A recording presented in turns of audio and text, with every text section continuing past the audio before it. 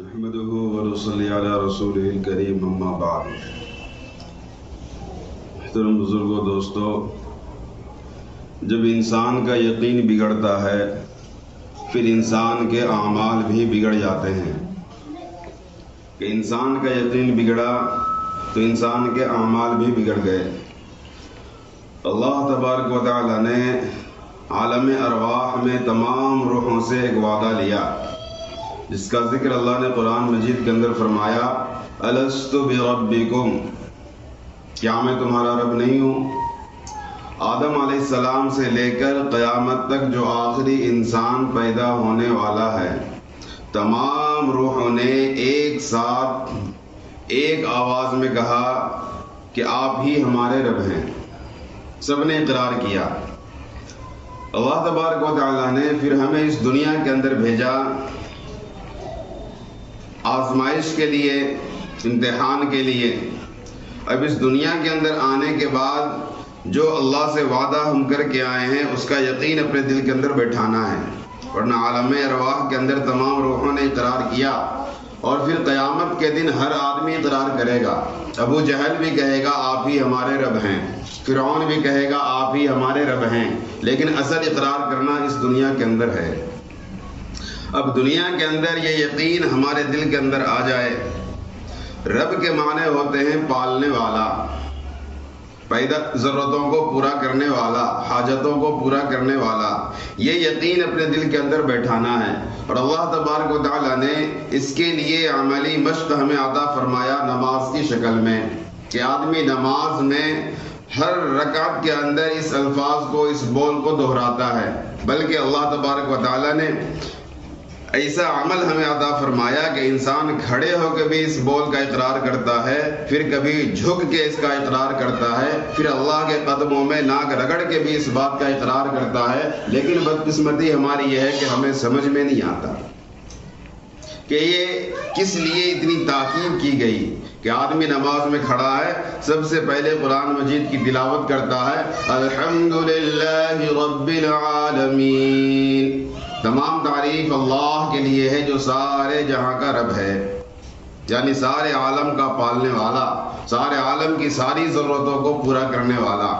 رکوع میں گیا، رکوع میں اقرار کیا سبحان ربی العظیم، رکوع سے کھڑا ہوا، پھر اقرار کیا ربنا لک الحمد، پھر سجدے کے اندر گیا، پھر سجدے میں اللہ کے سامنے اقرار کر رہا ہے سبحان ربی الاعلی۔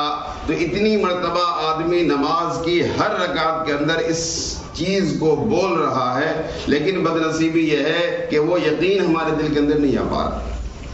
تو اصل معاملہ یہ ہے میرے بھائی کہ اس یقین کو اپنے دل کے اندر بیٹھانا ہے، اور اس یقین کو اپنے دل کے اندر اتارنے کے لیے اللہ نے جو مہلت دی ہے، وہ مہلت اس وقت تک ہے جب تک ہماری سانس جاری ہے۔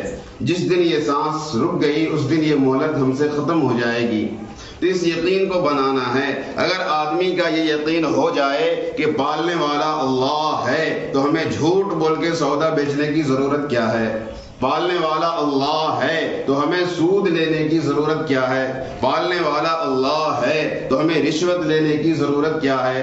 پالنے والا اللہ ہے تو کسی کی زمین دبانے کی ضرورت کیا ہے؟ یہ یقین کے بگڑنے کی وجہ سے ہر شعبے کے اندر انسان اللہ کی نافرمانی کر رہا ہے۔ جو آفس کے اندر ہے اس کا یقین یہ ہے کہ میرے مال سے میری ضرورتیں پوری ہوتی ہیں، پھر وہ رشوت لیتا ہے۔ کھیتوں کے اندر کسان محنت کرتا ہے، اس کا یقین یہ ہے کہ اس کھیت سے ہماری ضرورتیں پوری ہوتی ہیں، پھر وہ دوسرے کی زمین دباتا ہے۔